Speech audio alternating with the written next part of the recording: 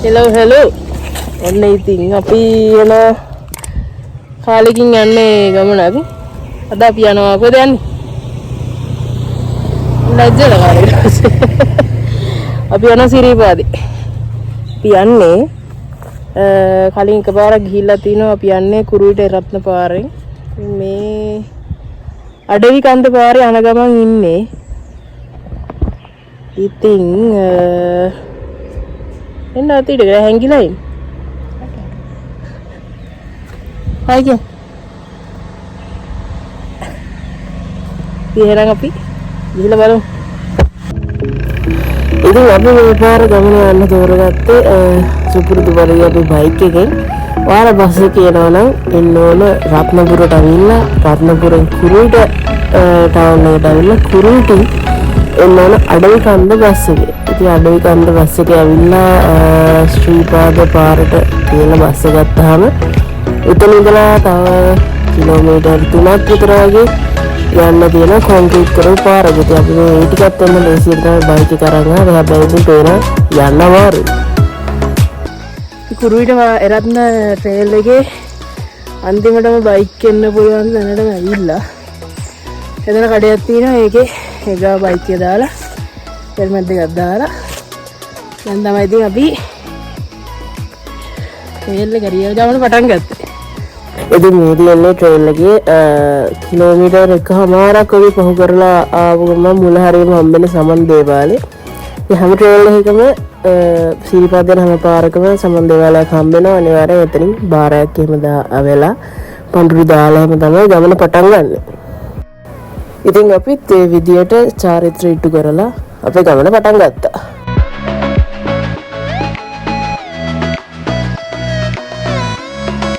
බලන්න මේ මොකද්ද කියලා. මේ මොකද්ද?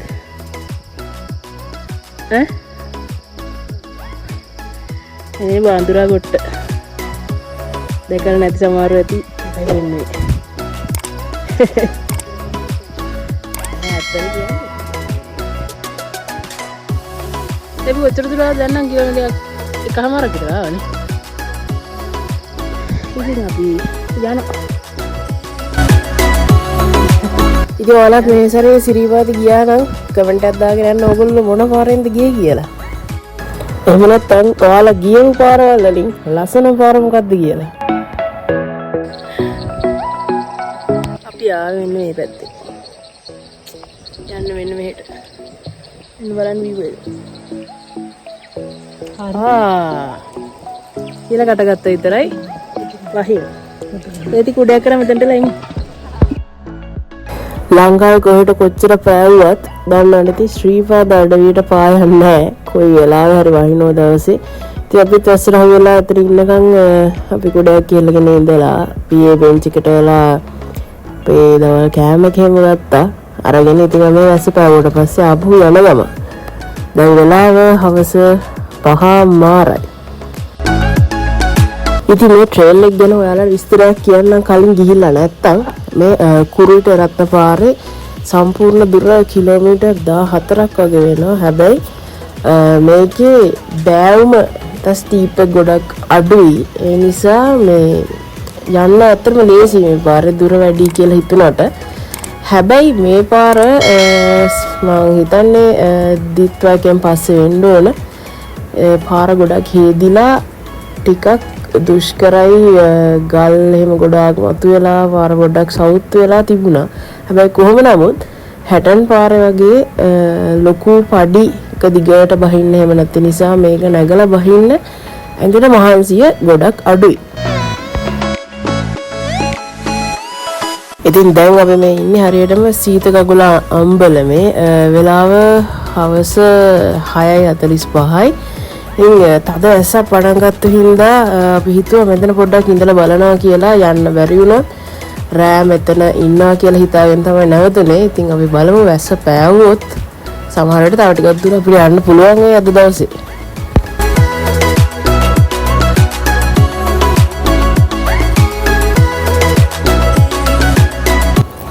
ඔන්න ඉතින් වැස්ස පෑවුවා. දැන් වෙලාව 10ට කාලයි අපිට නිදා ගන්න තරම් නිදිමතක් තිබෙන්නේ නැති නිසා අපි ආපහු ගමන පටන් ගත්තා. නැදින්නට එනකන් යන්න තමයි අපි හිතාගෙන ඉන්නේ. ඔන්න ඉතින් ඉස්සරහින් තියෙනවා මැදින් අම්බලම. අපි දැන් ට්‍රේල් එකේ කිලෝමීටර් 6ක් 7ක් වගේ දුරක් ඇවිල්ලා තින්නේ. භාගයට වැඩි ඇවිල්ලා ඉවරයි. ඉතින් අද රාට අපි මෙතන ඉඳලා ඊටු ටික යන්නේ හෙට උදේ. අපිට මුලින්ම මළුව පේන්න ගත්තෙත් මෙතනදි තමයි. ගියපු කෙනෙක් දන්නවා ඉතින් ඒ සතුට.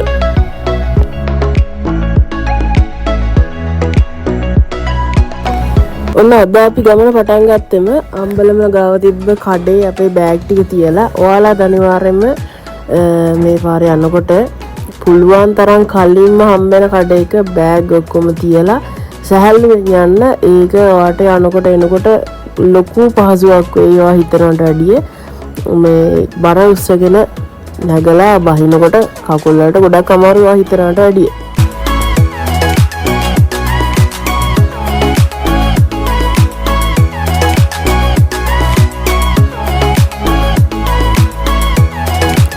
තාමත් වෙලාව උදේ 6:45යි. පේනවනේ මුළු කැලේම මීදුමෙන් ඇහිලා මාරම ලස්සනයි.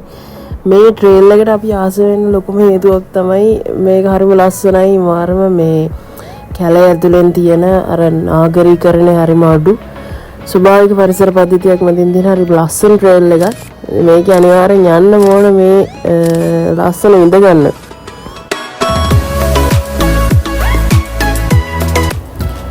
ඔන්න දැන් අපි ඉන්නේ ඉන්දිකටුපාන අම්බලම ළඟ. ඔන්න ඉස්සරහින් පේනවා ශ්‍රීපාදේ කන්ද. මේ දර්ශනය ඇත්තටම මේ අර දුරක් ගෙවාගෙන මෙතනට ආවට පස්සේ ඉස්සරහින් ඔන්නෝම ශ්‍රීපාද කන්ද පේනකොට හිතට දැනෙන දේ ගිය කෙනෙක් තමයි දන්නේ ඉතින්. මෙතන ඉඳලා තව කිලෝමීටර් 5ක් 4ක් වගේ දුරක් උඩට තියෙනවා.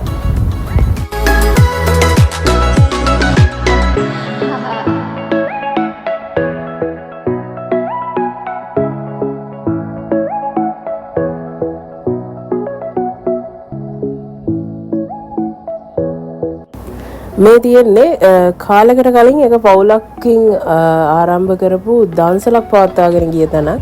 හැබැයි මෙතන ඒගොල්ලන්ට අතාර දාන්න සිද්ධ වෙලා තියෙනවා. මිනිස්සු මේක ගල් එහෙම ගලවගෙන ගිහිල්ලා අවාරදි මේක විනාශ කරන හින්දා. ඉතින් පරම්පරා 3ක් විතර තිස්සේ මේක කරගෙන ගිහින් තියෙනවා. ලංකා මිනිස්සු වෙලාවකට අමුතු જાතියන්නේ මොනවා කරන්නද ඉතින්. අපි දැන් මේ හරියට ඉන්නේ ගල්වාංගෙඩිය කියන දන කඩේ ගාව. අර කලින් පෙන්නපු කඩේ එතන තමයි අපි මේ හැමදාම කන්න නවතින්නේ. අනිවාර්යෙන් ඔයගොල්ලෝ යනවා නම් එතනට යන්න highly recommend කරන්න පුළුවන්. මිල පෝෂන් එක රහ ඒ හැමදේම හරිම හොඳයි. බොහොම සාධාරණ කඩයක්. ඉතින් මෙතන ඉඳලා මෙන්න මේ සමන් දේවාලේ හරහා ගිහිල්ලා දැන් අපි අන්තිම හරියේ ඉන්නේ. අන්තිම කිලෝමීටර් 2.5 වගේ දුර තමයි මේ ඉන්නේ. මේ දැන් ඉතින් සීතලයි. ක්ලයිමේට් එකත් බොහොම කූල් වෙලා තියෙන්නේ. මීදුමයි හොඳටම. ඒ වගේම හරිම ලස්සනයි. ඉතින් මේ අන්තිම ටික අපි යමු.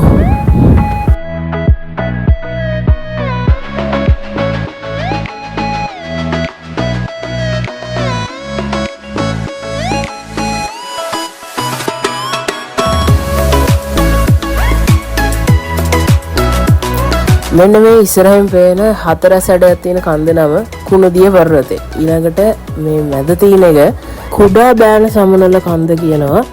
අර එහා පැත්තෙන් තියෙන ටිකක් කොක්කක් වගේ හැඩයක් තියෙන එක කියන්නේ බෑන සමනල පර්වතය කියලා. ඉතින් ඔන්න කුණුදිය පර්වතය ගැන ලස්සන කතාවක් තියෙනවා. මුලින්ම සමන් දෙවියෝ බුදුහාමුදුරුවන්ව වැඩම කරගෙන එද්දී මේ සිරිපතුල පිහිටුවන්න ඔන්න කුණුදිය පර්වතය කියන එකේ තමයි සමන් දෙවියෝ මේ ශ්‍රීපාදේ පිහිටුවන්න සූදානම් කරලා තියෙන්නේ. මොකද මේ කුණුදිය පර්වතය තමයි ඉස්සර මේ සමනල කඳු පන්තියේ තිබිලා තියෙන උසම කන්ද. හැබැයි ඉතින් සමන් දෙවියෝ බුදුරජාණන් වහන්සේ වැඩම කරගෙන මෙතනට එනකොට සතෙක්ගේ මලකුණක් තිබුණාලු මේ කන්ද මුදුනේ. ඉතින් ඒක දැකලා කේන්ති කියපු සමන් දෙවියෝ පයින් ගහලා මෙන්න මේ කන්දේ මුදුන කඩලා දැම්මලු සමනල කඳු පන්ති උසම කන්ද වෙන විදිහට. ඉතින් ඒ නිසා තමයි කියනවා ඔන්න ඔය අමුතු 4 සැඩේ මුදුනක් මේ කුණුදිය පර්වතයට තියෙන්නේ. ඊට පස්සේ තමයි අපි අද මේ වන්දනා කරන සමනල කන්දේ සිරිපතුල පිහිටවලා තියෙන්නේ.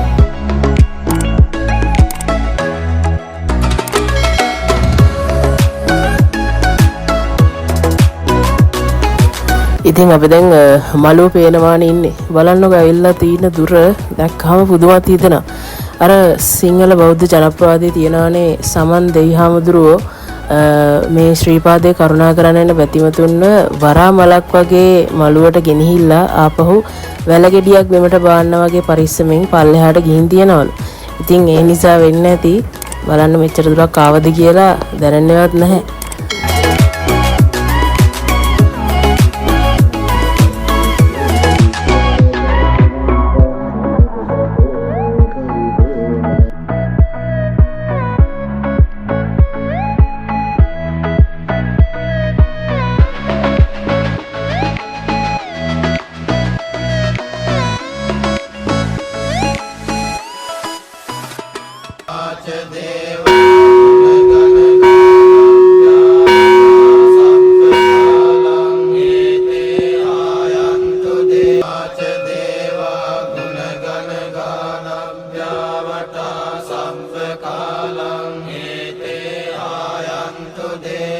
කෙම්මුර දවස්වලට සමන් දෙවියෝ ශ්‍රීපාදේ වන්දනා කරන්න එන නිසා විශේෂ පූජාවක් තියෙනවා. ඉතින් අපි ඒ හවස විශේෂ පූජාවට සහභාගී වෙලා ඒ රාය 7:00 විතර බහින්න පටන් ගත්තා.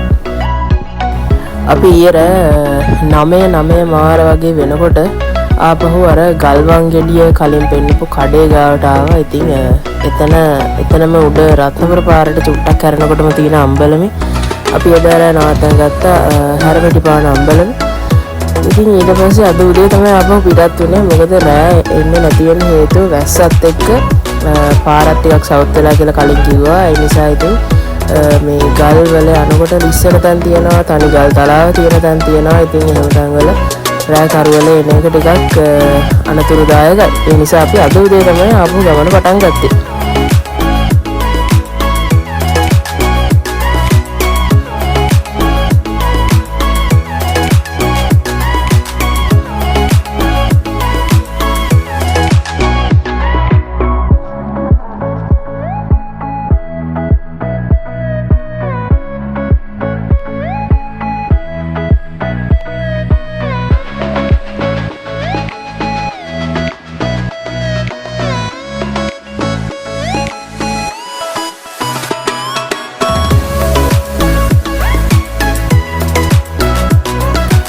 ඔන්න ඉතින් අපි අන්තිම හරියට ඇවිල්ලා තියෙන ට්‍රේල් එකේ. දැන් වෙලාව හවස 5යි කාලයි. අපිට සම්පූර්ණ ගමනට දවස් 3ක් විතර ගියා. මොකද අපි හිමින් ගියේ. ඒ වගේම අපි රෑ වෙලාවල් ගියේ නෑ. ඉතින් අපි බයික් එක දාලා තියෙන තැනට ආපහු ආවා. අපි දැන් ඉතින් ගෙදර යන්න තමයි හදන්නේ. එහෙනම් ඉතින් වීඩියෝ එක හොඳට ලයික් එකක් දාන්න, සබ්ස්ක්‍රයිබ් කරන්න අමතක කරන්න එපා. අද රෝගේ ඉවරයි. මේ වගේ තව ගමනකින් ආපහු ඉක්මනට හම්බෙමු.